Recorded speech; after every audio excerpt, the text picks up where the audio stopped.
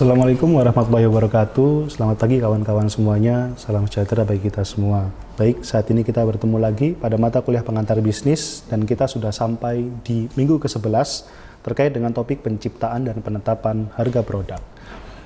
Dan saat ini kita akan membahas yang pertama kali adalah modul 11.1, yaitu berkaitan dengan klasifikasi produk. Kawan-kawan semua, sebelum kita mengetahui lebih dalam apa itu klasifikasi produk dan ada apa aja di dalamnya, maka kita harus mengetahui terlebih dahulu apa definisi dari produk. Kawan-kawan, produk adalah segala sesuatu yang dapat diterima dalam pertukaran, termasuk semua atribut yang berwujud maupun tidak berwujud, serta manfaat yang diharapkan dari hal tersebut. Jadi di sini juga ada kata kunci ya. Produk itu ada berwujud dan tidak berwujud. Produk yang berwujud adalah produk yang bisa kita pegang, sifatnya tangible dan kita tahu manfaatnya secara langsung.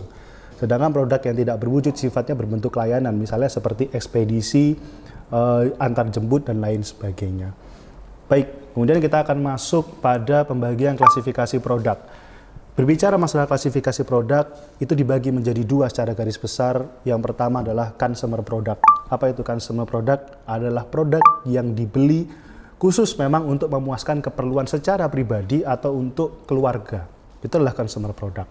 Dan yang kedua adalah business product, yaitu produk yang dibeli untuk dijual kembali, kemudian dibuat menjadi produk lain dulu sebelumnya untuk mendapatkan nilai ekonomis yang lebih tinggi dan mendapatkan keuntungan yang lebih. Itu adalah business product. Nah, kita bahas satu persatu. Tadi yang pertama sudah saya jelaskan, yaitu consumer product. Consumer product sendiri itu dibagi menjadi tiga, kawan-kawan.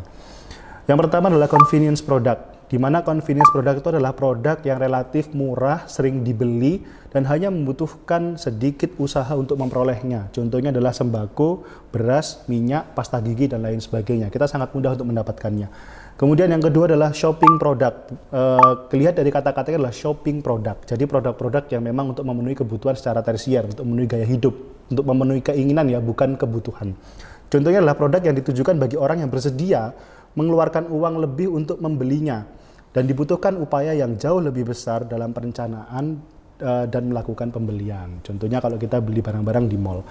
Kemudian yang ketiga adalah specialty product, yaitu sebuah barang yang memiliki karakteristik unik yang signifikan dan ditujukan bagi sekelompok saja pembeli yang memang ingin dan bersedia mengeluarkan uangnya dengan cukup besar. Contohnya adalah barang-barang koleksi, kolektor seperti mobil koleksi dan lain sebagainya. Kemudian kita masuk ke yang berikutnya, yaitu bisnis produk, di mana bisnis produk dibagi menjadi 4. Yang pertama adalah raw material. Raw material adalah bahan dasar yang menjadi bahan baku untuk diolah kembali menjadi produk jadi dan dijual untuk mendapatkan keuntungan.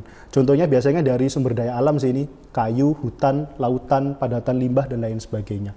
Kemudian adalah major equipment, yaitu alat besar dan mesin yang digunakan khusus untuk tujuan produksi. Kemudian yang ketiga ada aksesoris equipment, yaitu peralatan standar yang digunakan dalam proses produksi atau kegiatan kantor. Contohnya adalah alat tulis kantor, kertas, buku, dan lain sebagainya.